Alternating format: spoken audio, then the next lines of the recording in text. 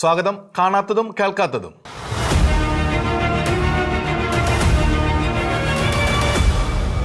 ഇത് അമേരിക്കയിൽ ഇരിക്കുന്ന ട്രംപിനോടോ പുടിനോടോ മോദിയോടോ അല്ല, സമൂഹ മാധ്യമങ്ങളിലെ ബഡായികളെ കുറിച്ചു മാത്രം. ട്രംപ് കിണറ്റിൽ വീണു എന്ന് കരുതി കല്ലും തടിയുമെറിഞ്ഞ് ആഘോഷിക്കുകയാണ് ചിലർ. രാജ്യസ്നേഹവും ജനങ്ങളുടെ താല്പര്യവുമെന്ന് തോന്നും. പലർക്കും ലക്ഷ്യം അന്തിനേരം വരെയുള്ള റീച്ചും അതിൻ്റെ നേട്ടവും മാത്രം. പിന്നെ ആരവത്തിൻ്റെ ഒരു ത്രസിപ്പും. ഇന്ത്യ ചൈന റഷ്യ കൂട്ടുകെട്ടിൽ പുതിയ ലോക വ്യാപാരക്രമം ഉണ്ടായി. അമേരിക്കയെ തകർത്ത് ഇന്ത്യ സൂപ്പർ പവർ ആയി കഴിഞ്ഞെന്ന മട്ടിലുള്ള പ്രചാരണമൊക്കെ അത്രയ്ക്ക് മാത്രം. പിഴത്തീരുവയുടെ കാര്യത്തിൽ ദേശസ്നേഹത്തിൻ്റെ പാഠം മുമ്പ് നമ്മൾ പറഞ്ഞു. ഇന്ത്യക്ക് ആവശ്യമുള്ള റഷ്യൻ എണ്ണ വാങ്ങുന്നതിന് അമേരിക്കയുടെ ചീട്ടോ വിലക്കോ അംഗീകരിക്കാൻ കഴിയില്ല. ഉപരോധമോ വ്യാപാര തടസ്സമോ വന്നാൽ ബദൽ വഴിയാൽ നേരിടേണ്ടത് ഇന്ത്യയുടെ ആവശ്യം. പക്ഷെ ഇതൊന്നും കൊണ്ട് എല്ലാം ആയില്ല. വാണിജ്യ വ്യാപാര വെല്ലുവിളികളും ആവശ്യങ്ങളും നേരിടുവാൻ ഇന്ത്യ ഇനിയേറെ വളരുക തന്നെ വേണം. വളരുന്നതിന് മുൻപ് വളർന്നു കഴിഞ്ഞു, ഇനി ഒന്നിനെയും പേടിക്കാനില്ല എന്നാണ് യൂട്യൂബ് മാധ്യമങ്ങൾ സാധാരണക്കാരെ തെറ്റിദ്ധരിപ്പിക്കാൻ ശ്രമിക്കുന്നത്. റഷ്യയുടെ യുദ്ധക്കൊതിക്ക് തടയിടാനുള്ള ശ്രമം ഇന്ത്യക്കെതിരായി മാറി എന്നത് ദൗർഭാഗ്യകരം. എങ്കിലും റഷ്യ യുദ്ധം നിർത്തേണ്ടത് ലോകത്തിന് ആവശ്യമുള്ള കാര്യമാണ് താനും. അതുകൊണ്ട് തന്നെയാണ് തീരുവയുടെ കാര്യത്തിൽ ട്രംപ് കാർക്കശം കാട്ടിയതും. ഇന്ത്യയുടെ രക്ഷയ്ക്ക് കേന്ദ്ര സർക്കാരോ മോദിയോ ചെയ്യാൻ നിർബന്ധിതമായ കാര്യങ്ങൾ ചെയ്യുമ്പോൾ ഇന്ത്യ സൂപ്പർ പവറായെന്ന അവകാശവാദത്തിനൊന്നും വകയില്ല. വികസ്വരം എന്നല്ലാതെ വികമെന്ന് സ്വയം വിളിക്കാനുള്ള സൂചികകൾ ഇനിയും ഇന്ത്യ നേടിക്കഴിഞ്ഞിട്ടില്ല. ഉപരോധം ഇന്നത്തെ നിലയ്ക്ക് ഇന്ത്യക്ക് ഒന്നുമല്ല എന്ന് പറഞ്ഞാൽ വസ്തുത ആകുകയുമില്ല. ട്രംപിനും അമേരിക്കയ്ക്കും ഇനിയും പലതും കഴിയും. നമ്മുടെ പല നന്മകളും വൈകിക്കാൻ കഴിയും. ചിലത് തടയുവാനും അതിനെ അതിജീവിക്കാനുള്ള ഭാവാത്മക നടപടികളാണ് ജനങ്ങൾ ആഗ്രഹിക്കുന്നത്. വെല്ലുവിളി അതിൽ പെടില്ല. ഇപ്പോൾ തന്നെ മതപീഡനത്തിൻ്റെ കാര്യത്തിൽ ഇന്ത്യയെ പഴിക്കുന്ന റിപ്പോർട്ടുള്ള നിലയ്ക്ക് ബജ്രംഗ് ദൾ പോലുള്ള സംഘങ്ങളെ മതഭീകരതയുടെ പേരിൽ പുള്ളിക്കുത്താൻ അമേരിക്കയ്ക്ക് സാധ്യമാണെന്ന ചൂണ്ടിക്കാട്ടൽ അവഗണിക്കേണ്ട. പാശ്ചാത്യ രാജ്യങ്ങളടക്കം എല്ലായിടത്തും മതപ്രചാരണ സ്വാതന്ത്ര്യം അനുഭവിക്കുകയും വേണമെന്ന് പറയുകയും ചെയ്യുന്നവർക്ക് ഇന്ത്യയിൽ മാത്രം അത് അനുവദിക്കില്ലെന്ന് മറ്റൊരു കൂട്ടരോട് പറയാൻ യാതൊരു ധാർമ്മിക അവകാശവുമില്ല.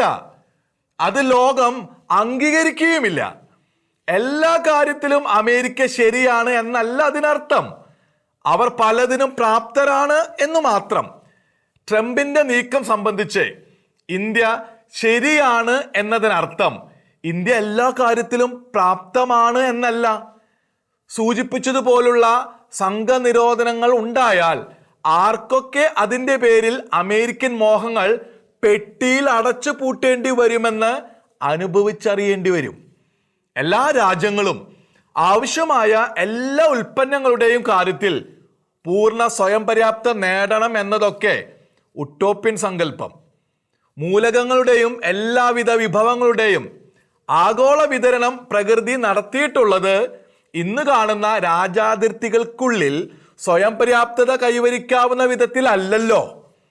കാളവണ്ടി യുഗത്തിലേക്ക് തിരിച്ചു പോകാമെന്നതൊക്കെ വ്യാമോഹം. ഇന്നത്തെ ലോകത്ത് നേടിക്കഴിഞ്ഞ നിരവധി കാര്യങ്ങൾ അമേരിക്ക ഇന്ത്യയേക്കാൾ ബഹുദൂരം മുമ്പിലാണ്. താരതമ്യം ചെയ്യാൻ കഴിയാത്ത വിധം. ജോലി തേടി അമേരിക്കയിലേക്ക് പോകേണ്ടി വരുന്ന ഇന്ത്യക്കാരുടെ ഒപ്പമില്ല ഇന്ത്യയെ ആശ്രയിക്കുന്ന അമേരിക്കക്കാർ. ഇന്ത്യൻ സമ്പദ് വ്യവസ്ഥ GDPയുടെ പൊതു മാനദണ്ഡത്തിൽ ജപ്പാനെ പിന്നിലാക്കി ലോകത്ത് 4ാം സ്ഥാനം നേടി എന്നത് വളർച്ച തന്നെ. 3 വർഷം കഴിയുമ്പോൾ ജർമ്മനിയെയും പിന്നിലാക്കി 3ാം സ്ഥാനത്ത് എത്തുമെന്ന് ലോക ബാങ്ക് പറയുന്നുമുണ്ട്. അത് ഇന്ത്യക്കാർക്ക് നല്ല വാർത്ത. പക്ഷേ അത് താരതമ്യ സ്ഥാനം മാത്രം. 140 കോടി പേരെ പോറ്റേണ്ട ഇന്ത്യയുടെ GDP ഇപ്പോൾ 4.2 ലക്ഷം കോടി ഡോളർ. നമ്മുടെ 1/4 വരുന്ന 35 കോടി പേരെ പോറ്റുന്ന അമേരിക്കയുടെ GDP 30.5 ലക്ഷം കോടി ഡോളർ, 7 ഇരട്ടിയിലേറെ. അങ്ങനെ വരുമ്പോൾ നമ്മുടെ GDPയുടെ 28 ഇരട്ടിയിലേറെയാണ് US GDPയുടെ മൊത്തം പ്രഭാവം. 2ാം സ്ഥാനത്തുള്ള ചൈനയ്ക്ക് പോലും 19.23 ലക്ഷം കോടി ഡോളർ മാത്രമാണ് GDP. ആളൊന്നുക്ക് 2880 ഡോളറാണ് ഇന്ത്യക്കാരുടെ GDP എങ്കിൽ അമേരിക്കയുടേത് 89,110 ഡോളർ. ഇതൊന്നും വാചകമടിക്കൊണ്ട് നേടിയതല്ല. അമേരിക്കയും ഇന്ത്യയും തമ്മിലുള്ള അന്തരം ഇതുകൊണ്ടൊന്നും തീരുന്നുമില്ല. ഇവിടെ കോടിക്കണക്കിന് പേർ ദാരിദ്ര്യത്തിലും ഏറെ പേർ താഴ്ന്ന ജീവിത സൂചികയിലും കഴിയുമ്പോൾ അമേരിക്കൻ പൗരർ പൊതുവെ വ്യത്യസ്തർ. നാനാ മേഖലയിലും ദശകങ്ങൾക്ക് മുമ്പേ ശക്തിയുറപ്പിച്ചു കഴിഞ്ഞ അമേരിക്കയ്ക്ക് അതൊക്കെ നിലനിർത്തുന്ന കാര്യത്തിലാണ് വെല്ലുവിളി. ഇന്ത്യക്കാകട്ടെ ആവശ്യമായത് നേടുന്ന കാര്യത്തിലും. പക്ഷേ വൻ ശക്തി രാജ്യം വൻ കടബാധ്യതയിലാണ്, പല രാജ്യങ്ങളുമായി വ്യാപാര കമ്മിയിലും. അതുകൊണ്ടാണ് ഏറെ കാലമായി പറഞ്ഞു പോരുന്ന കാര്യം ഇത്തവണ കർശനമായി നടപ്പാക്കാൻ ട്രംപ് തുനിഞ്ഞത്. അതറിയാതെ ട്രംപിനെതിരെ അമേരിക്കയിൽ വിപ്ലവം എന്നൊക്കെ ഇവിടെ ചിലർ പറയുന്നത് തമാശ തന്നെ. കാരണം 2016 തെരഞ്ഞെടുപ്പ് കാലത്തിന് മുമ്പേ, അരനൂറ്റാണ്ട് മുമ്പ് രാഷ്ട്രീയത്തിൽ കാലുവെച്ചത് മുതൽ ട്രംപ് പറഞ്ഞു പോരുന്നതാണ് തീരുവ വർധന. 2024 അത് വ്യക്തമായി ഉറപ്പിച്ചു പറഞ്ഞാണ് ട്രംപ് വിജയിച്ചത്. എതിർക്കുന്നവർ അന്നും ഉണ്ടായിരുന്നു. എതിർപ്പ് വകവയ്ക്കാത്തവർ ട്രംപിനെ വിജയിപ്പിച്ചു. അമേരിക്കൻ പ്രസിഡന്റിനെ ഏകാധിപതിയായി വാഴാൻ കഴിയില്ല. തീരുവ വർധനയുടെ പേരിൽ വാർത്താ പ്രാധാന്യമുള്ള കുറേ പേർ പ്രസ്താവന ഇറക്കിയത് കൊണ്ട് ട്രംപിന് ഒന്നും സംഭവിക്കില്ല. ട്രംപ് ചെയ്യുന്നത് അവരുടെ ഭരണഘടന അനുവദിക്കുന്നിടത്തോളം മാത്രം. അവിടുത്തെ ജനാധിപത്യ സംവിധാനം ഭൂരിപക്ഷത്തോടെ തീരുമാനിച്ചാൽ ട്രംപ് വീണിരിക്കും. അപമാനിതനായി പുറത്തു പോകേണ്ടതായും വരും. തീരുമാനിക്കേണ്ടത് അമേരിക്കൻ സംവിധാനം. ഇന്ത്യക്ക് വേണ്ടത് ട്രംപിനോടുള്ള വെല്ലുവിളിയുടെ വടംവലി ആവേശമല്ല, രാജ്യത്തെ പിന്നോട്ടടിക്കുന്ന ജാതി വർഗീയ ശക്തികളുടെ കടന്നേറ്റമല്ല, ക്ഷമയും ഭാവനയും ചേർന്ന ആസൂത്രണം. പറക്കാൻ പഠിക്കാൻ കിട്ടിയ അവസരം പോലെ കൈവന്ന അവസരം ഉപയോഗിച്ച് ഇന്ത്യക്ക് സ്വയം വളരുവാനുള്ള പരിശ്രമം. ഇവിടുത്തെ വ്യക്തിപൂജകരും പെരുമ്പറക്കാരും ഉള്ളിലൊളിപ്പിച്ച വർഗീയതയുടെ വക്താക്കളും ദേശസ്നേഹ നാട്ടിക്കാരും ഓരിയിട്ടാൽ ട്രംപ് വീഴില്ല. വാർഡ് തെരഞ്ഞെടുപ്പ് പോലും യുദ്ധമാക്കുന്ന ബാലിശ മാധ്യമക്കാർ വെള്ള പൂശിയാൽ മറുവശത്ത് നിൽക്കുന്ന പുടിൻ വിശുദ്ധനുമാകില്ല. പുതിയ സാഹചര്യത്തിൽ പുടിനെ പ്രശോഭിക്കാൻ ചിലർ നടത്തുന്ന ശ്രമം ദയനീയം, അതിലേറെ തമാശയും. രാഷ്ട്രമെന്ന നിലയിൽ റഷ്യ ഇന്ത്യക്ക് സഹായിയും മിത്രവും ആണെന്നത് കൊണ്ട് പുടിൻ പുണ്യവാനാകുന്നില്ല. തങ്ങൾക്ക് ഒരുപാടുള്ള എണ്ണ വിൽക്കേണ്ടത് സ്വന്തം നിലനിൽപ്പിന് ആവശ്യമായതുകൊണ്ട് ഇന്ത്യക്ക് എണ്ണ നൽകി എന്നതിനപ്പുറം മഹാനുമാകുന്നില്ല. അങ്ങനെയാക്കാൻ ചില സമൂഹ മാധ്യമങ്ങൾ വെപ്രാളപ്പെടുന്നത് യാഥാർത്ഥ്യബോധമുള്ളവർക്ക് മനസ്സിലാകും. പക്ഷേ ട്രംപിന്റെ ഏതു ദേശീയവാദത്തെക്കാളും വലിയ തിന്മയാണ് പുടിൻ ചെയ്തുകൊണ്ടിരിക്കുന്നത്. രാജ്യത്തിനുള്ളിലെ ജനാധിപത്യ വിരുദ്ധത നിൽക്കട്ടെ, ഇവിടെ ആരൊക്കെ ന്യായീകരിച്ചാലും റഷ്യ യുക്രൈനെ കടന്നാക്രമിച്ചതിന് നീതീകരണമില്ല. ആണവ രാക്ഷസനെന്ന ഭയപ്പെടുത്തലും വൻ ശക്തി എന്ന ഭാവവുമായി യുദ്ധം തുടങ്ങി വെച്ച പുടിന്റെ അവസ്ഥ ഇവിടുത്തെ മാധ്യമങ്ങൾ കാണുന്നില്ലേ? യുദ്ധം യുക്രൈനെ ദ്രോഹിച്ചെങ്കിലും പുടിന്റെ മഹാപരാജയമാണ് ലോകത്തിന് കാട്ടിത്തന്നത്. യുക്രൈനെ തീർക്കുമെന്ന് പറഞ്ഞു തുടങ്ങിയ റഷ്യ ഇപ്പോൾ ട്രംപെങ്കിലും ഇടപെട്ട് തലയൂരാൻ വഴിയുണ്ടാക്കി തരണമെങ്കിലെന്ന് ഉള്ളാൽ ആഗ്രഹിക്കുകയാണ്. കാരണം യുദ്ധം നിർത്തേണ്ടത് ട്രംപോ യുക്രൈനോ അല്ല, തുടങ്ങി വെച്ച പുടിനാണ്. പക്ഷെ സ്വേച്ഛാധിപതിയായി മാറിയ പുടിൻ ഇപ്പോൾ സ്വേച്ഛ പോലെ യുദ്ധം നിർത്താൻ കഴിയാതെ പുലിവാൽ പിടിച്ചു നിൽക്കുകയാണ്. മരിച്ചവരും പരിക്കേറ്റവരുമായി 10 ലക്ഷത്തോളം സൈനികരെ ഇരകളാക്കിയ യുദ്ധം. എന്നിട്ടും ലക്ഷ്യം കാണാതെ പിന്തിരിഞ്ഞാൽ എന്തിനീ ദുരന്ത യുദ്ധം നടത്തിയെന്ന് ജനങ്ങളോട് ഉത്തരം പറയേണ്ടി വരും. പ്രത്യേകിച്ച് മക്കളെ നഷ്ടപ്പെട്ട അമ്മമാരോടും ഭർത്താക്കന്മാരെ നഷ്ടപ്പെട്ട ഭാര്യമാരോടും. പുടിനെ സ്വേച്ഛാധിപതിയാകാം, അത്രയ്ക്കേ ഉള്ളൂ സാധാരണ നിലയിൽ റഷ്യയിലെ ജനാധികാര ശക്തി എന്നതൊക്കെ ശരി. പക്ഷെ യുക്രൈനിൽ നിന്ന് ഡോൺബാസും ലുഹാൻസുമെങ്കിലും കൈക്കലാക്കാതെ യുദ്ധം നിർത്തി വീട്ടിൽ പോകാൻ പുടിനെ ശരിക്കും പേടിയുണ്ട്. എപ്പോൾ തല പോകുമെന്ന വിധത്തിൽ അത് ജനങ്ങളെ പ്രക്ഷോഭത്തിലേക്ക് ഇറക്കി വിട്ടേക്കാമെന്ന ഭയം. ഇപ്പോൾ കാര്യങ്ങൾ നിയന്ത്രണത്തിലാണെങ്കിലും പുടിൻ ദ്രോഹിച്ചവരും ഇല്ലാതാക്കിയവരുടെയും പക്ഷക്കാരും രാജ്യത്ത് തന്നെയുണ്ട്. സെലൻസ്കിയെ വഴക്കി എങ്ങനെയെങ്കിലും ഡോൺബാസും മറ്റും വിടിവിച്ചെടുത്ത് തലയൂരാൻ ട്രംപിന്റെ ദൗർബല്യങ്ങളും ബാഹ്യ സൗഹൃദവും മുതലെടുത്ത് പുടിൻ നടത്തുന്ന ശ്രമങ്ങൾ ലോകം കണ്ടല്ലോ. സാങ്കേതികമായി ഏത് വിദേശ രാജ്യത്ത് വെച്ചും അപകടപ്പെടാവുന്ന യുദ്ധ കുറ്റവാളിയാണ് പുടിൻ. തനിക്ക് പകരം പുടിൻ അലാസ്കയിലെ ചർച്ചയ്ക്കയച്ചത് ഇംഗ്ലീഷ് ഭാഷയിൽ ഡോപ്പൽ ഗാംഗർ എന്ന് പറയുന്ന സാമ്യരൂപിയായ അപരനെയാണെന്ന പ്രചാരണത്തിന് കാരണം പുടിന്റെ പേടി തന്നെ. അപരനെ വിട്ട് അമേരിക്കയെ കബളിപ്പിക്കാൻ കഴിയുമെന്ന് പുടിൻ കരുതില്ല.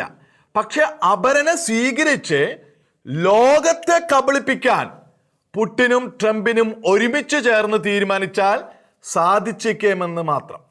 ഏത് മൈത്രിയുടെയും ദൗർബല്യത്തിന്റെയും പേരിലായാലും സ്വന്തം ഭൂവിഭാഗം വിട്ടുകൊടുക്കുവാൻ യുക്രൈനോട് ട്രംപ് പറഞ്ഞത് സാധാരണ നിലയിൽ യുക്രൈനെ എങ്ങനെ അംഗീകരിക്കാൻ കഴിയും? ഒരു രാജ്യത്തിനും കഴിയാത്ത കാര്യം. ട്രംപ് എന്താണ് ഉദ്ദേശിക്കുന്നതെന്ന് ട്രംപിനെ അറിയൂ. സുലൈമാനിയെ പുടിന് നല്ല ഓർമ്മയുണ്ടാകും.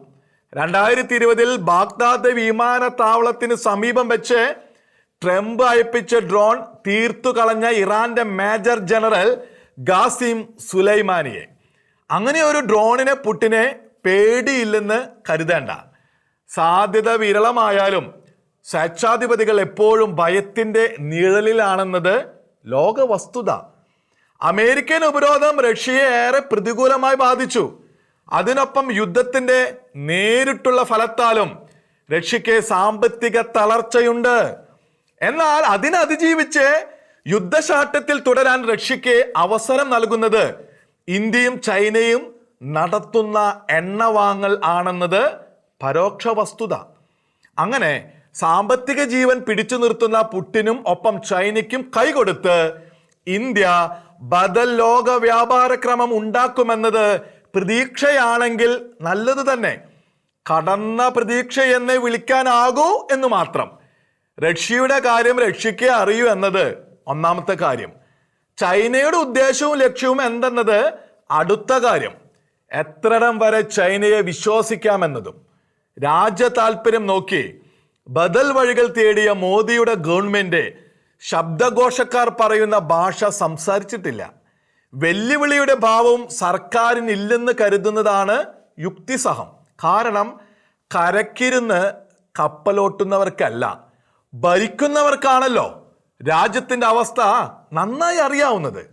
മറിച്ച് അതൊരു വെല്ലുവിളിയാണെങ്കിൽ സിയോൻ പർവ്വതത്തിനെതിരെ യുദ്ധം ചെയ്യുന്ന ശത്രു സമൂഹത്തോട് ഏശയ്യാ പ്രവാചകൻ പറഞ്ഞത് ഓർമ്മ വരും.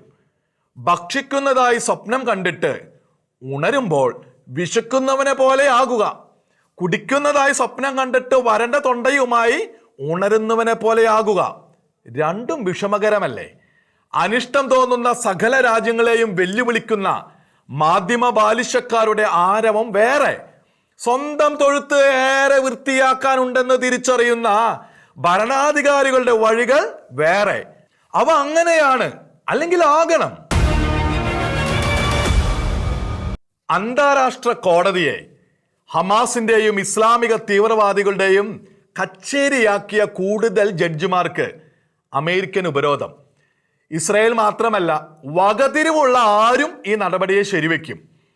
ഇസ്ലാമിക തീവ്രവാദികൾ അഥവാ പൊളിറ്റിക്കൽ ഇസ്ലാമിന്റെ കൈകൾ നടത്തുന്ന അതിക്രമങ്ങളെ ഭയക്കുന്ന ലോകത്തിലെ ജനസമൂഹങ്ങളെ അകാരണ ഭീതി പൂണ്ട രോഗികളായി കണക്കാക്കുന്ന വിധത്തിലാണ് UN ഇസ്ലാമോഫോബിയ വിരുദ്ധ ദിനം പ്രഖ്യാപിച്ചത്.